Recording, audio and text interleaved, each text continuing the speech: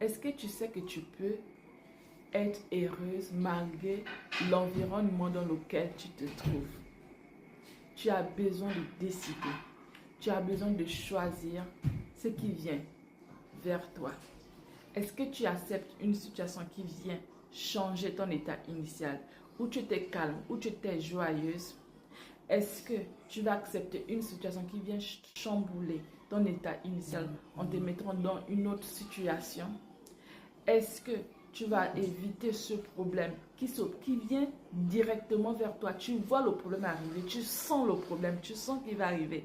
Tu sens que si toi tu te mets dans cette situation, si tu te mets à répondre par rapport à une situation donnée, ça va te mettre hors de toi.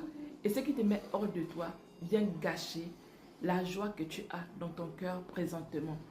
Tu as la possibilité de pouvoir voir ces choses-là arriver.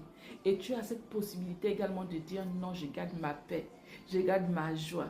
Tu as la possibilité de dire aussi, je ne permets pas cela, je vais rentrer dans cette situation, je vais affronter cette personne, je vais affronter cette situation.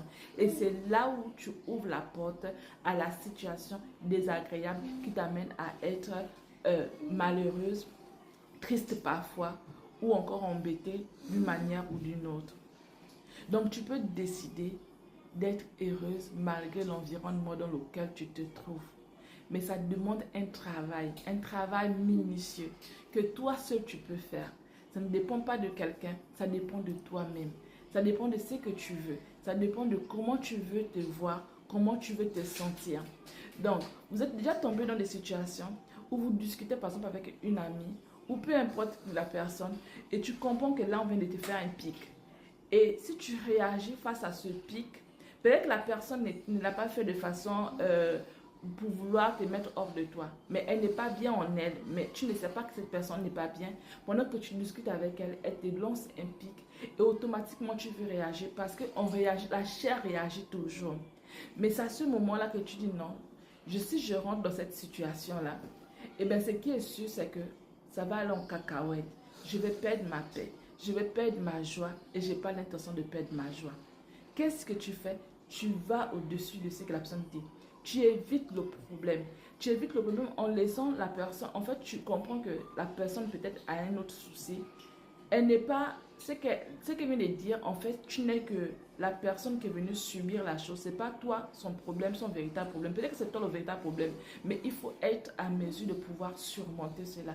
Et c'est un travail que tu dois faire. On dit que pour pouvoir avoir une habitude qui devient comme une seconde nature en nous, il faut faire la chose au moins 21 fois dans la vie ou dans le mois. Et quand tu réussis à le faire, ça devient comme une habitude, ça devient facile pour toi de le faire. Donc tu vas travailler le fait que tu surmontes certaines situations. Tu vas faire ça plusieurs fois. Quand tu vois que tu es dans une situation désagréable, tu fais en sorte que tu laisses passer le problème. On peut penser que tu es en train de fuir le problème. Oui, c'est une façon de fuir le problème parce que tu veux être en joie. Je me souviens souvent d'une anecdote. L'une de mes soeurs, je pense que, je ne sais plus trop l'histoire, mais l'une de nos tantes lui avait dit une chose, en fait, de façon frontale. Et elle a acquiescé, elle a accepté la chose. Quand elle a accepté la chose, eh bien, la situation n'est plus allée autrement. En fait, il n'y a plus un plus ou un moins. Parce que la personne avait accepté. Mais si elle s'était dérobée de la chose, si elle avait dit non, ça devait entraîner une autre réaction, donc la situation plus perdurer. Vous voyez, il y a des situations comme ça, quand toi, tu donnes une réponse, et bien la chose s'arrête. Parce qu'il n'y a pas une suite. Mais il y a des réponses qu'on donne, ça veut dire qu'il faut que ça continue. Donc toi, quand tu rentres dans une situation où tu sais que cette personne-là est énervée, qu'est-ce que tu fais? Tu es en train d'accepter que ta peur aussi soit dérangée en fait. Tu acceptes que ta peur soit dérangée. Mais si tu ne veux pas que ta peur soit dérangée, qu'est-ce que tu vas faire? Tu penses sur toi, tu acceptes ce que la personne vient de te dire. Pas parce que c'est vrai ce qu'elle t'a dit, mais parce que tu comprends que tu ne veux pas perdre ta paix. Donc ton bonheur, tu peux le garder en toi. Même si tu es dans un environnement toxique, tu peux le garder en toi. Tu peux aussi décider de perdre ce bonheur-là en permettant que la chose qu'on t'a dite puisse te faire mal. Donc, la chose arrive et tu réagis automatiquement. Mais tu peux te dire, ok, Je m'en fiche de ce qu'elle vient de me dire. De toutes les façons, ce qu'elle a dit, ça ne me concerne pas du tout. Je ne me reconnais pas dans ça, donc je ne veux pas rentrer dans cette situation.